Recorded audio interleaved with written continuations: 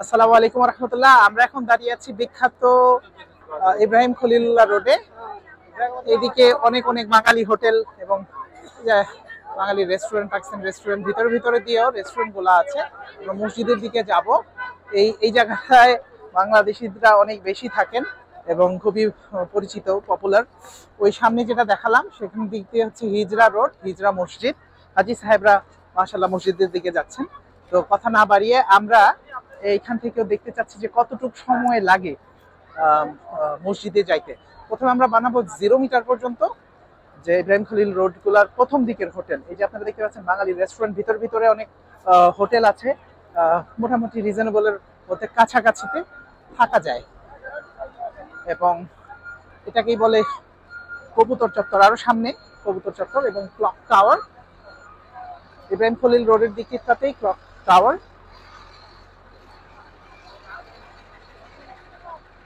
বাংলাদেশি অনেক হাজি সাহেবরা এই দিকটাতে থাকেন মাশাআল্লাহ।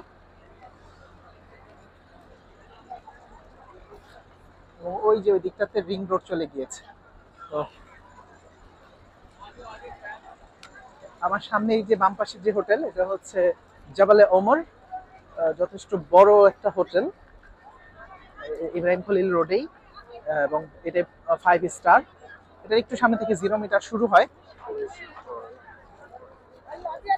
আপনারা দেখতে পাচ্ছেন যে বিভিন্ন ফ্রুটস বিক্রি করছে, হাজি হাজি বলে অ্যাটেনশন নিচ্ছে।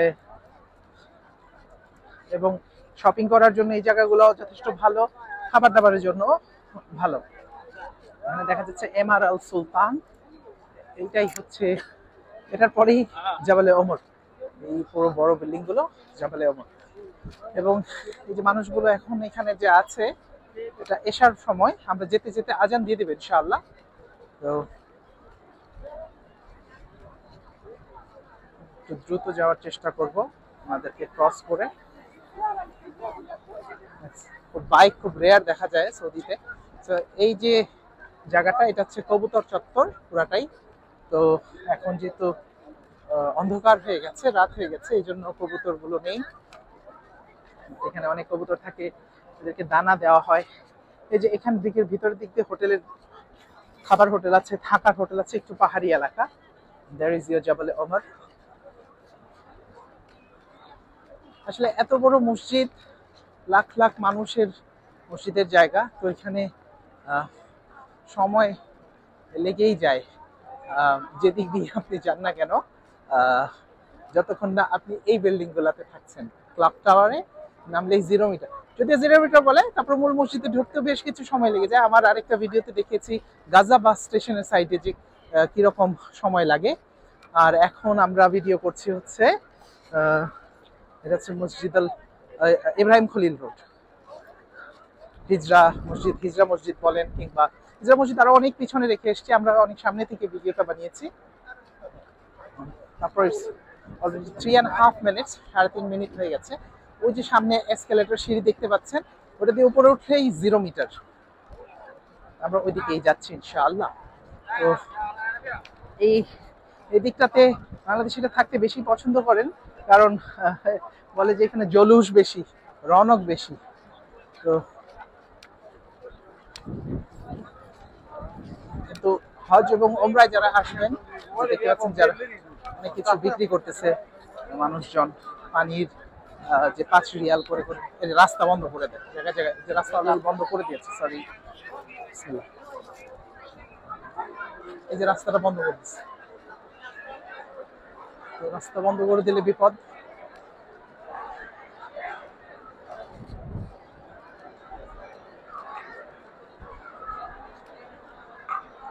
ঘুরে ঘুরে যেতে হয়। আমরা এখনো 0 মিটারে আসি নাই। আমাদের পরিকল্পনা হচ্ছে এই সামনে দিয়ে এসকেলেটর অথবা চলে যাওয়া। দেখবো যেতে দিচ্ছে কিনা। জাবালে ওমরের east tower, it's a big building, অনেক অনেক টাওয়ার আছে এখানে। মানুষজন যাচ্ছে মাশাআল্লাহ, চেষ্টা করার জন্য। চলো চলো চলো।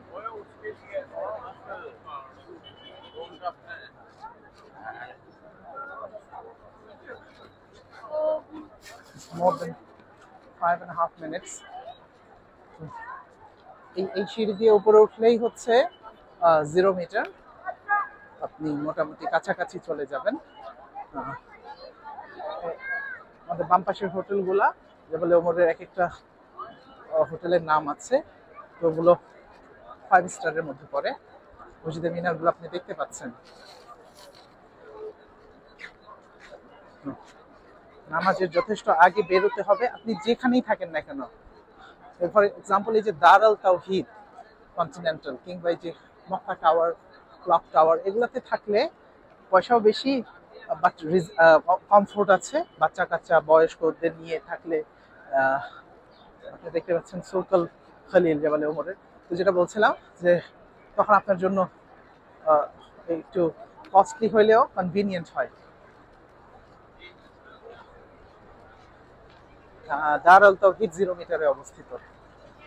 তো আমি ভিডিও আর লম্বা না করে, আপনি যদি ইসে থেকে আসেন, কি বলে ইব্রাহিম খলিলে কাছাকাছি হোটেল নেন, তাহলে আপনার 6 থেকে 7 মিনিট লাগবে 0 মিটারে। মানে আমি যদি এটাকে 0 মিটার ধরি ওই বিল্ডিং এর নিচে, তাহলে 6.5 মিনিট। আর আমাদের যদি এখান দিয়ে যেতে দিচ্ছে না, আমাদের সামনে দিয়ে যেতে হবে, ওই যথেষ্ট সামনে দিয়ে যেতে হবে। রাস্তাগুলো বন্ধ করে দিয়েছে, আপনি দেখতে পাচ্ছেন সৌদির যে পুলিশ আছে ইন্ডিকেশন করছেন ডানে বায়ে এভাবে। ভাষা একটা জটিলতা থাকলেও মোটামুটি সবাই নিজের মতো কাজ করে নিচ্ছে। তো it's near about 7 minutes and you can see left and right Mecca walk, মানুষজন যাচ্ছে মসজিদে এশা পড়ার জন্য। মাশাআল্লাহ, পিছনে অনেক, সামনে গাড়ি দিয়েও যাচ্ছে মাশাআল্লাহ। সো take leave now, ইনশাআল্লাহ 0 মিটার পরে আবার আরেকটা ভিডিও বানাবো এই ইব্রাহিম খলিল রোডের পাশ থেকে। আসসালামু আলাইকুম রাহমাতুল্লাহ। আমাদের আগের ভিডিওতে দেখিয়েছি যে ইব্রাহিম খলিল রোড, মিস ফালাহ অথবা ম্যাস ফালাহ বাঙালিরা যেটাকে বলে, সেখান থেকে কবুতর চত্বর ওখানের হোটেলগুলো থেকে 0 মিটার আসতে কত সময়। আমি যদি এটাকে 0 মিটার ধরি, যে 5 স্টার হোটেলগুলো যেগুলো ক্লক টাওয়ারের পিছনে কিংবা ক্লক টাওয়ার, আমরা এখন এখান থেকে হাঁটা দিব, এখানে নামাজ শুরু হয়ে যায়। তো এভাবে আসলে আমাদের দর্শকদের অনেক সহজ হয়ে যাবে কম্প্যারিজন করা যে কতটুকু হাঁটতে হয়। আমরা এখান থেকে হেঁটে দেখাবো যে মসজিদের ভিতরে বলতে প্রথম গেটে যাইতে কতক্ষণ সময় লাগে। আমরা অলরেডি হাঁটা শুরু করেছি। আমরা এখান থেকে ইব্রাহিম খলিল রোড মিস ফালা থেকে যে রেস্টুরেন্টটা এগুলো থাকে বাংলাদেশি, ওখান থেকে এ পর্যন্ত আসতে 7 মিনিট সময় লেগেছিল স্বাভাবিকভাবে হেঁটে আসতে।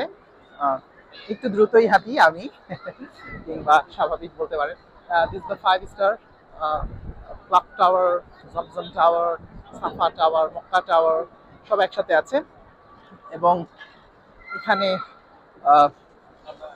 জুম্মার দিন কিংবা অন্যান্য রাশ আওয়ারের সময়, রমাদান এবং হজের সময় অনেক ভিড় হয়, এখানে নামাজ হয়।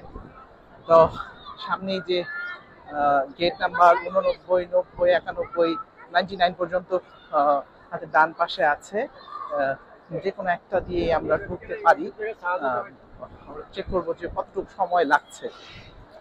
মূলত হজ এবং ওমরা করতে আসতে হলে এটা একটা জোয়ানির ইবাদত, আপনাকে যৌবন বয়সে করে নেওয়াটা উত্তম। তারপরেও আমাদের বয়োবৃদ্ধরা, মা খালারা, ছোটরা, আপনি দেখতেই পাচ্ছেন ক্যামেরার সামনে অনেক ছোট বাচ্চারা বেবি বাগিজ নিয়ে যাচ্ছে, মহিলারা আছে, পুরুষরা, বয়স্করা আছেন।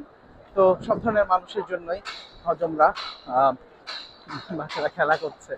সো আপনি মোটামুটি একটু প্রিপারেশন নিয়ে আসতে হবে যে আমাকে হাঁটতেই হবে।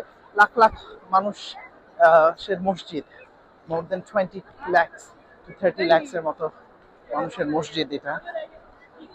এইখানে একটু হাঁটার জন্য প্রিপারেশন নিয়ে আসতে হবে।